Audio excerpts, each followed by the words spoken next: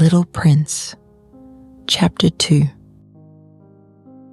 So I lived alone, with no one I could really talk to. Then, 6 years ago, my plane crashed in the Sahara Desert. My engine broke. I had no mechanic or passengers with me, so I had to try to fix it all by myself. It was very serious. I only had enough water to last about a week. On the first night, I slept on the sand. I was very far from any houses or people. I was more alone than someone lost at sea. So you can guess how surprised I was when I woke up at sunrise to a small, strange voice. It said, "Please draw me a sheep." What? Draw me a sheep? I jumped up, totally shocked. I blinked my eyes hard. I looked all around me, very carefully, and I saw a very strange little person who was looking at me very seriously. Here's the best picture I could draw of him later, but my drawing isn't nearly as nice as he really was. That's not my fault though. When I was 6, the adults told me to stop being an artist, so I never learned to draw anything except big snakes from the outside and big snakes from the inside. When I could finally talk, I said to him, "But what are you doing here?" And he answered, very slowly, like he was saying something very important, "Please draw me a sheep." When something is so strange, you can't help but do what you're asked.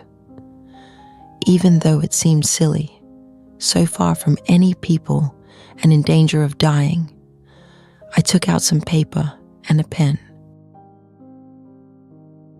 But then I remembered I had only learned about geography, history, math, and grammar. So I told the little boy that I didn't know how to draw. He said, "It doesn't matter. Draw me a sheep." So I drew one of the 2 pictures I knew how to draw. It was the big snake from the outside. I was very surprised when the little boy said, "No, no, no. I don't want an elephant inside a big snake. A big snake is very dangerous, and an elephant is too big. Where I live, everything is very small. I need a sheep. Draw me a sheep." So then I made a drawing.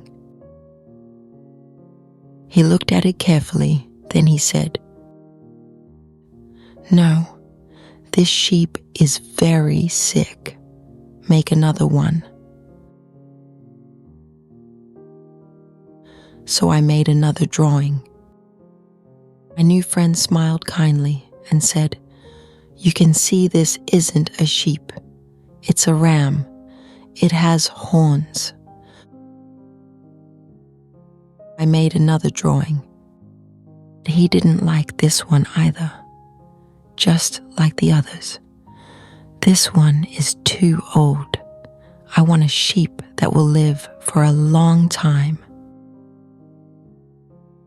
By this time, I was very tired and in a hurry to start fixing my engine, so I quickly made this drawing.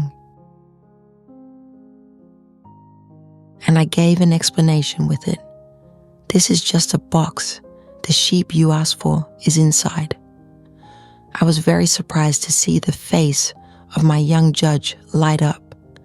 "That's exactly what I wanted. Do you think this sheep will need a lot of grass?" "Why?" "Because where I live, everything is very small." And I gave an explanation with it. "This is just a box. The sheep you asked for is inside. There will be enough grass for him," I said. "It's a very small sheep that I gave you." He looked at the drawing. not so small that, look, he's gone to sleep. And that is how I met the little prince.